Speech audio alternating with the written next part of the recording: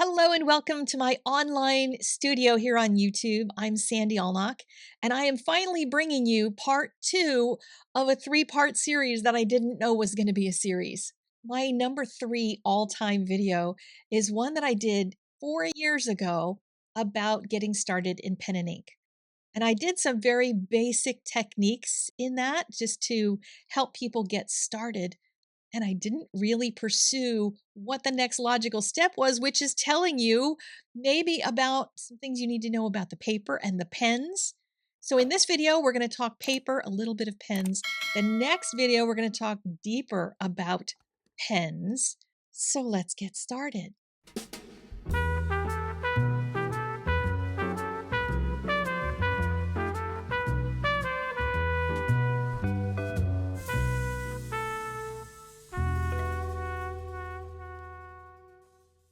Now, right here at the start, I want to let you know I am not necessarily a paper scientist or an ink or pen scientist. I discover things by trying them. I did do some research in various steps of this process, but I am not an expert other than I'm an expert in what I use in making my own art. And I'm going to look at the different papers that I have used over the years for my pen and ink and make some recommendations in different categories.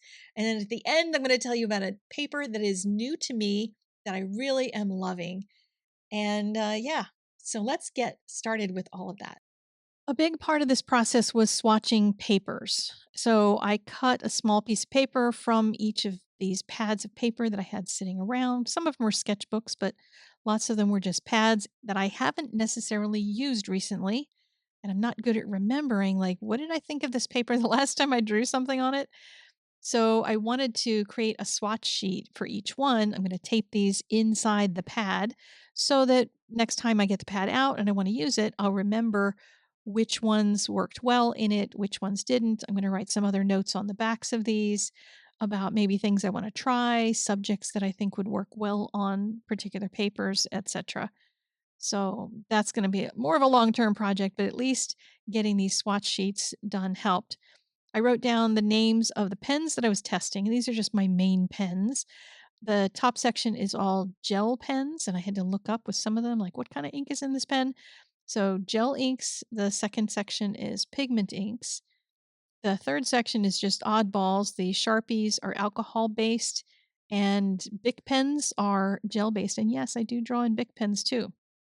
And the bottom is for a couple of different types of pens that I am in control of what ink I put into the pen.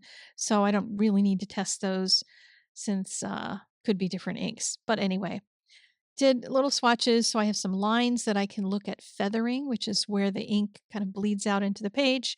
And I want to do some water testing on the little blobby that I'm creating with some scribbles. And a lot of this is so that I can put this video in the pre-class lesson for the new class that's going to start on Saturday. It's a new Ink Drawing Jumpstart class, and it's for not for people who want to draw like the whimsical sketching jumpstart that I've already had for a long time, but this is more of people who want to draw a little more realistically and apply some of the techniques on the ink swatch sheet that you can get for free. I'll link that in the doobly doo. So you can practice from that, of course. But what I want to do is go through some photos and work with photos and help people to see, like, okay, in this particular type of photo, I would use this kind of a line and I might use this kind of a pen to create it, or this particular combination of pens, etc. So I wanted to do this and the pen video before that went live. And, things get out of control. And I was going to try it for all of this on um, October 1st. But, we're going to get half of it done and the rest is going to be done for the weekend. So if you're participating in Inktober, which is every October, then you're welcome to join in the class and use that for your Inktober exercises. So I've got brush pens in this collection. I've got, regular pens. Um, Down at the bottom, I'll be doing my fountain pens and that sort of thing. And one thing I got out for this actually taught me something new. And it's using a ruling pen, which I don't really use very much.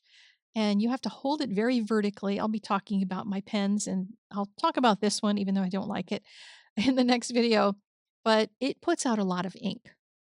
And that was a big aha for me because I was looking at each of these papers for what feathers. And whenever you put a lot of moisture on some papers, just like with watercolor, they'll kind of do weird things if they're not a paper that likes wet things. The same thing is with going to happen with a lot of these papers that you would normally draw with ink. If you have a really juicy fountain pen that just pours out ink onto the paper, or you have a ruling pen, you're going to get more feathering. And that's one reason why I wanted to divide my inks in the test into different sections so I could see if gel inks perform differently than, say, pigment inks. And um, also, I have 3 papers here that I am not gonna necessarily recommend, but they're all different kinds of mineral papers. And on these mineral papers, my water test failed for pretty much everything. I'm not even using very much water, and these things have been drying for, like, a day before I did this, and they still water out like crazy. It's kind of wild. Even pens that are pigment ink that I know are completely waterproof when they're dry, still on some of these papers, they make a mess. And I know a lot of people like to do watercolor along with pen and ink. So that's one reason why I wanted to really do this test. The new class is not going to have watercolor in it, although students are welcome to watercolor their drawings. But I wanted to at least know when I'm telling you that, you could use thus and such a paper, thus and such an ink, that it's actually going to perform for you. So I did the water test on all the other papers as well and found that the ones that are supposed to be waterproof are definitely still waterproof and are just fine. But yeah, it's kind of wild to learn all of this about my different pens and different inks because a lot of them I apparently have not used with watercolor. So, for the patient artist who loves a smooth drawing experience, I can definitely say the mineral papers are something that you might consider. I'm just going to show you the etched stone paper. Yupo is a little different, as well as the Yasutomo that I swatched. But the etched stone paper, you can kind of see that it's a little bit messy. Like that was done with um, i- the the ruling pen down there at the bottom just bled on its own. I touched one of the other lines and it just kind of went crazy. So even though it's dry, I know I could touch any of that with water and it would probably still make a mess. Now, I know that because I have a bunch of drawings in this sketchbook. And it was very satisfying to draw on this paper. It's like buttery velvet and your pen just glides over it. Like whatever pen you use just glides over it. But you have to be really careful not to dip your hand in it, not to grab the page with your thumb. You leave it open to dry. Some pens might take, I don't know, a day, 2 days to dry completely in on some of these papers. So you do have to be very patient. And it does work with pencil as well. The iguana is in pencil. But a lot of this was just kind of sponging on some watercolor because I didn't want to wait for 5 days to try to get all the watercolor to dry and did some pen and ink over it. The yellow you see down the crack is because I spilled some of the alcohol ink down the center of the book and it bled onto other pages. So I tried to incorporate it. And this was last year's Inktober. And I did that almost entirely. I think it was most, if not all, were done in this sketchbook on this paper. And I was trying out different pens and different drawing techniques and stuff, just kind of having fun with them. And there's a narrated video of this. I will put a link in the doobly doo. I'm pretty sure I did a flip through last year after I got this finished. So if there is, I will put a link in the doobly doo. Um, that was from trying to heat set this paper because I wanted it to dry faster and I mushed the paper itself. But a lot of this, if you see color in here, it was generally with some brush markers that had some color in them, like they had ink washes in the brushes, that sort of thing. But had to dry that completely before I could start working on anything else. Those lines were made because when I pressed on the ink in between, it pushed through to the other page. So it's really fun to draw on these papers, but unless you really, really want that smooth drawing experience, I'd say forego the mineral papers for your pen and ink. For the beginner, the absolute beginner, I suggest a bargain paper because I want you to draw a lot and not feel like you're wasting paper. I don't want you to panic about the cost of it. So, marker paper is one of the best ones that you can get. You can get thicker marker paper or thinner. The thicker is, of course, more fun because it's thicker. They are going to bleed through if you use something like alcohol markers on them. They're generally going to bleed through, but that's fine. You can just use the front side. And some pens will sometimes bleed through the back a little bit, as you see there's some ghosting on these. These are the drawings from the whimsical sketching class, and I started coloring in one of them since I had used some Copic multiliners to draw it with. And it's on marker paper, so that works great. And this is the class that teaches you a more whimsical style of drawing as opposed to the new class, which is going to be more realistic. So I will link the whimsical sketching class in the doobly doo down below if you prefer that style of drawing. So next up is the Canson XL watercolor paper. This is not the mixed media paper, it's Canson XL watercolor, and it's a nice heavy weight. It works really great with wash and ink, since I know a lot of people like to do watercolor with their inks and don't use gel pens on anything that you're going to watercolor in general, unless you really test it out. This is drawn with a micron pen that has a brush tip to it. And I do recommend in the class, we're going to do one lesson in which I would, at least one lesson, I haven't filmed everything yet, but at least one of them, I want you to use a brush tip and learn how to make those kinds of shapes.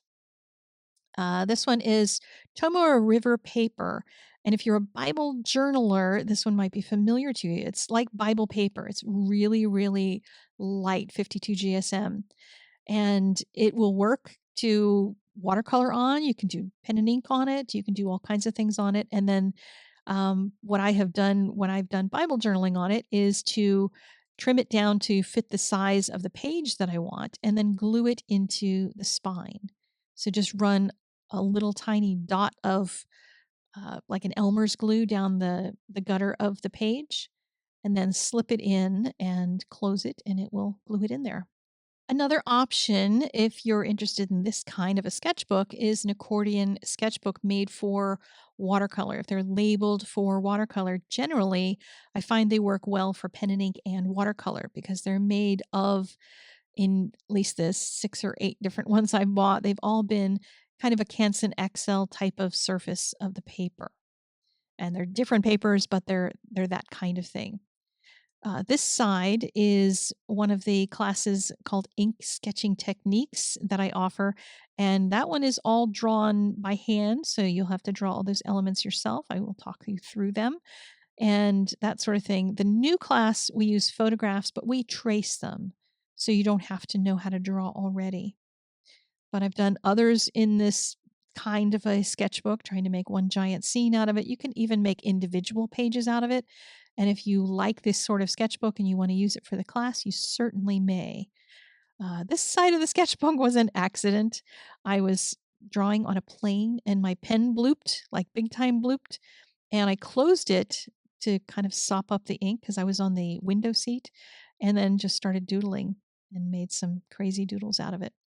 So I have 2 more of these that are blank, and I was kind of examining the paper to see if I could tell the difference. I don't know if you can see much on screen here about the kind of paper they are, but they both are going to work just fine for pen and ink. And I will link all of these different papers and these sketchbooks and everything in the doobly doo if you're interested in those. So, next up, let's talk about sketchbooks. And these are ones that work with or without washes for the most part.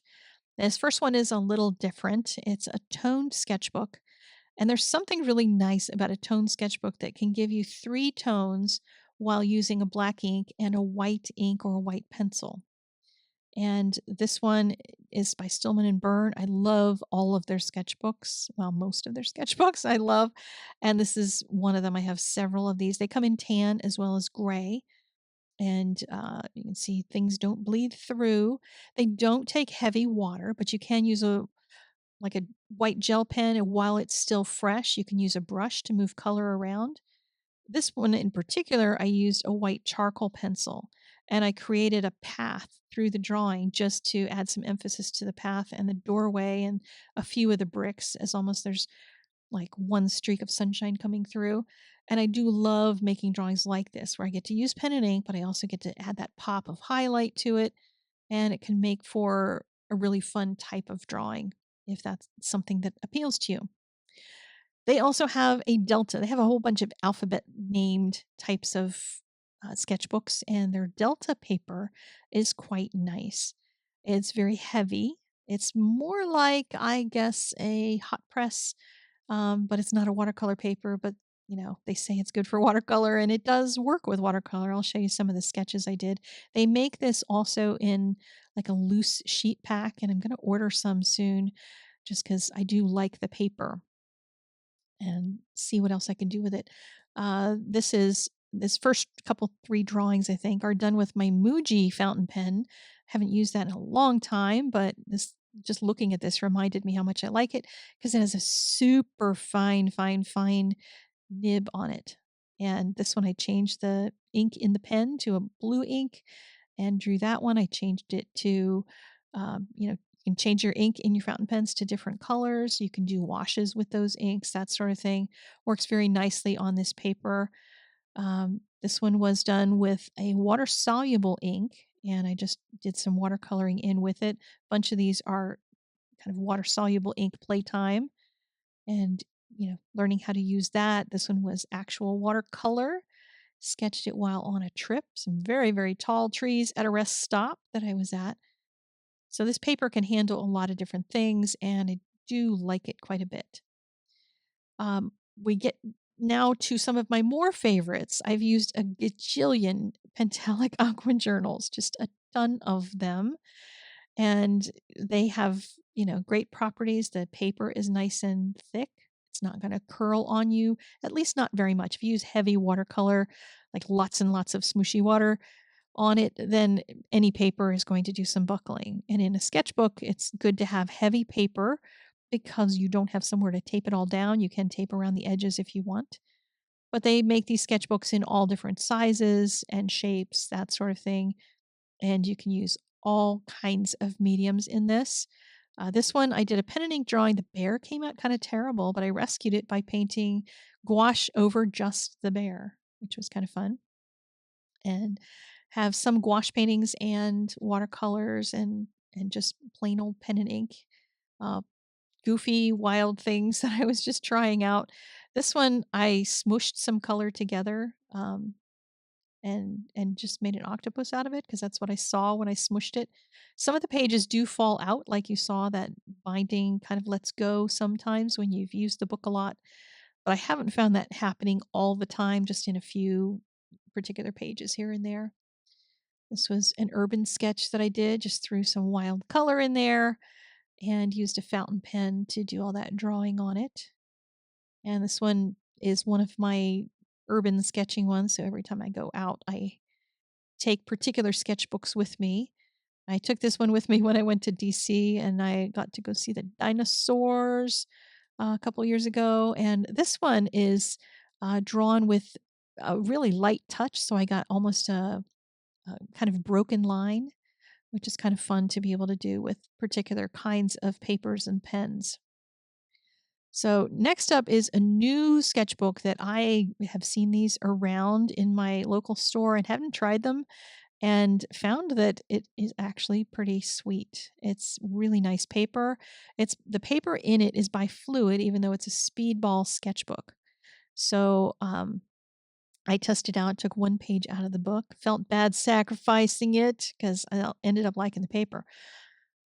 But it worked really well with everything. The feathering was minimal. And for most of these papers that I'm recommending, the feathering was really minimal on most everything except that ruling pen went a little nuts. And some of the pigment inks had some trouble. The gel inks, for the most part, were much more crisp. which kind of makes sense since gel ink is going to be a thicker type of ink, but they're also not water soluble, so you kind of lose some benefits if you're trying to do watercolor. You lose the benefit of super sharp lines. And if you're going to use a pen like a medium nib or a stub nib that's really big and thick and is going to put down a lot of ink, you'll have some, just at least a small amount of feathering. So you'll just want to be careful of that if you end up doing something uh, with anything. It's going to put a whole lot of ink on the page. But I didn't find in this one that even like these splooges of watercolor didn't get like real bleedy or anything like that, even though lots of water's going down on it. And this is after it dried. Worked out really nicely for this little flower sketch. And I'm very excited to start putting more drawings and things in this. I might use this one. Next year, I'm going to be doing a nature journaling class all year long, and this is going to be one of the sketchbooks that I start to fill. So, next up is going to be wash and ink. And I know I've already been talking about watercolor. So, why am I making a separate section for wash and ink? Well, because I know a bunch of people want to do watercolor with their pen and ink. So, I'm including Fabriano's White, even though maybe it shouldn't necessarily be in this section because it's not watercolor paper. It performed really nicely, and I'll show you a little bit of that watercolor. Did really well in the testing. Of course, the gel ink's still going to be a problem, but nothing bled through. And you can't use a ton of water with this, but you can use some. But the pen and ink goes on it really nicely. It's not a slick surface like I generally tend to like, but it was very comfortable to draw on. Very, very nice. And this one is not finished. I want to add more leaves to it, but I didn't have time to add more leaves to it before making this video. So I thought, well, let me at least test and see how it does with watercolor. And then at least if it doesn't work with watercolor, then I will know not to use this one in the wash and ink category. And I won't have spent a lot more time working on a detailed stippled drawing, and I can at least find out on a half done drawing whether or not the water is going to warp the paper or do anything really weird. You're probably going to guess that since I have put this in the wash and ink section that I'm going to recommend it for wash and ink, but I am going to recommend it without sploogey color on it, not a ton because it does do some warping, and you'll see that in just a minute. But it layers nicely, so you can just do really soft layers, let them dry, do another little layer if you want to intensify the color. And yeah, I think it's going to work nicely. It only comes, from what I can tell, in this square pad. It does not come in a sketchbook. So I put it more in the fine art section here at the toward the end of the video, but you can kind of see there's some bubbling going on there in the back, and it's completely dry and that hasn't gone away. It's possible that you could iron it or you could press it under some books and it might flatten out completely, but it's not an offensive amount of curling and warping like you would get with some of these other papers. So I can definitely recommend that. And it's not super expensive per sheet either. Now, another one that I'm including because, those of you who are overseas might like yourself some Jackson's, Jackson's art. They do sell in the United States as well, so I did get this from them. And their paper is a little less textured than what you might be used to with other papers like my arches that I love so much. Some people don't like doing pen and ink on arches because of the texture, but this doesn't have nearly as much, even though they call it rough. It's much more like I guess a student grade cold press, perhaps. It's not like super, super lumpy or anything, but it is a nice cotton paper. So it worked really well to throw some watercolor into this quick sketch that I did. And, doesn't feather out anything. It's good paper, treats the pens really nicely. You can use pretty much any pen on it, that kind of thing. And next up is my favorite Arches Bright White Cold Press. Me and my Arches. I know I'm a snob about it. I love this paper and it works really great. Your lines are going to not feather, but they're going to break up in with certain pens and with certain types of strokes. And with a paper that has some texture to it, like Arches Cold Press or rough even, or any other paper that's got some texture to it, you can actually get different variants in lines by how you use the pen on a paper that has a lot of texture.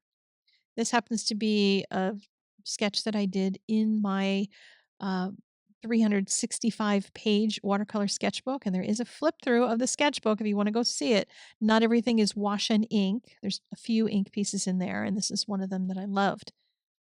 I've also made my own little mini sketchbooks out of arches, and they're really easy to make. You can make an accordion this way. Just take a long sheet and fold it into a zigzag and make a cover for it.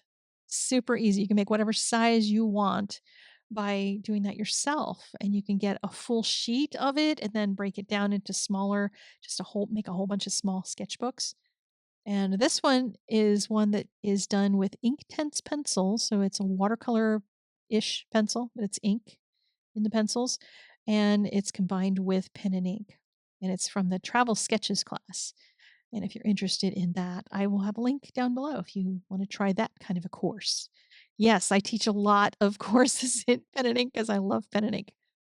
And now we get to more refined artworks. If you're going to be doing something you want to sell, something larger, that kind of thing, if you're at that stage of your art career, one of my best recommendations is Crescent Illustration Board.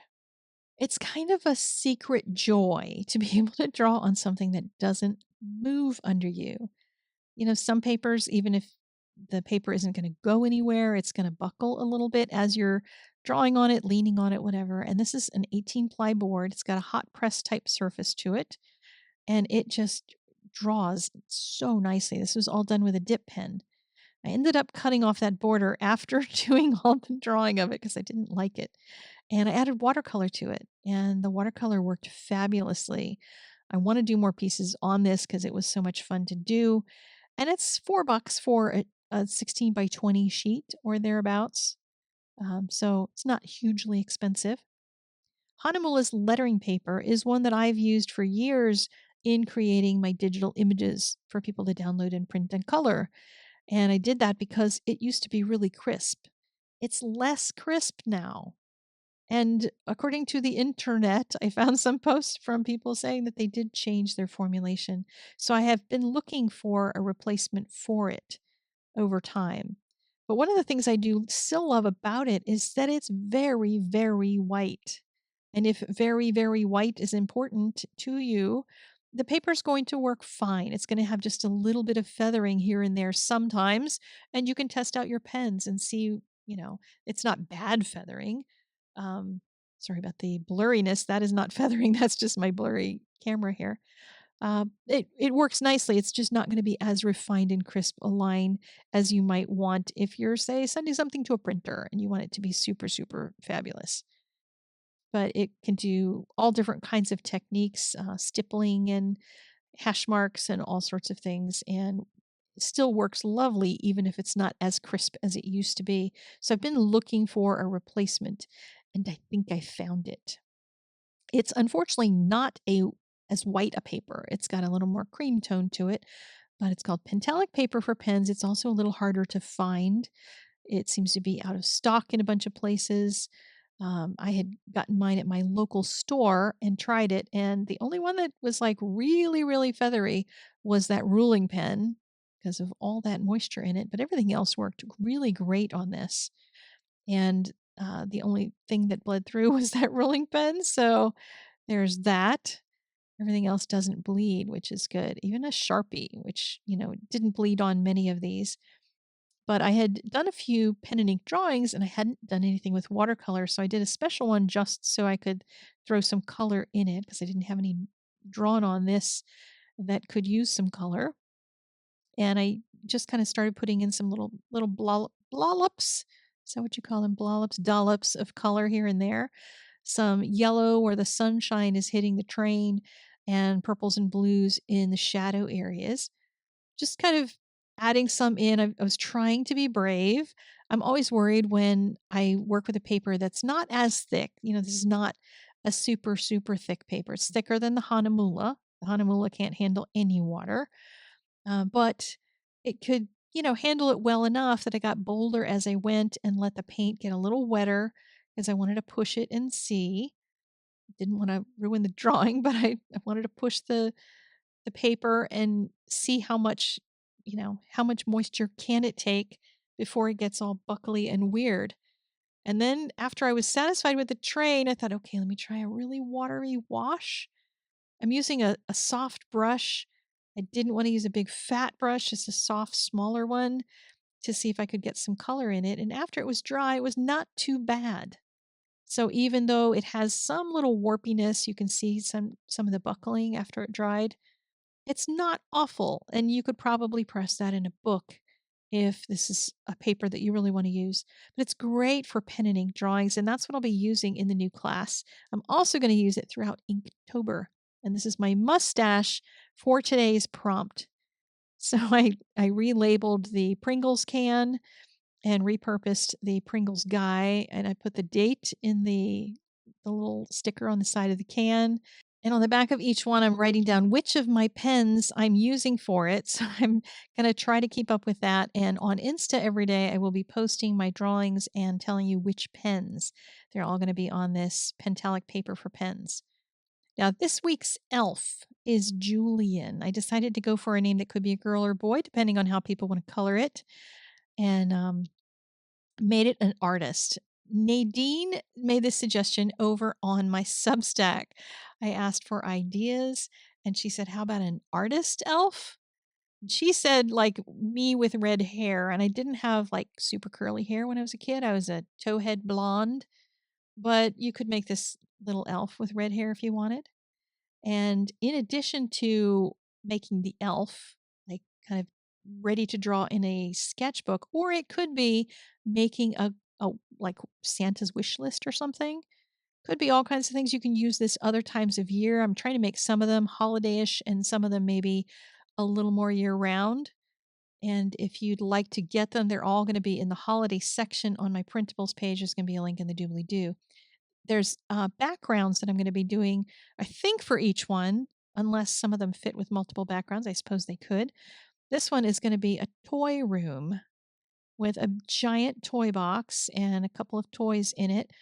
And if you look at the link that's going to be in the doobly-doo, I can show you in a previous video how to layer the images together so that you can put the toy box in the background and the elf in the foreground and be able to kind of put the two of them together to make a scene and then print it out to color it. So you can do that in Google Docs really easily. And I have the whole step by step both on my Substack and in a YouTube video so you can see how to do that. And that's done with the previous pairing of an elf and a scene. I've set myself what could be a too aggressive goal, which is to create a new elf each week on Wednesdays. We will see if I could keep that up or not, but at least there are two elves in the collection now, Julian and Twiglet, and we have a toy box background for Julian.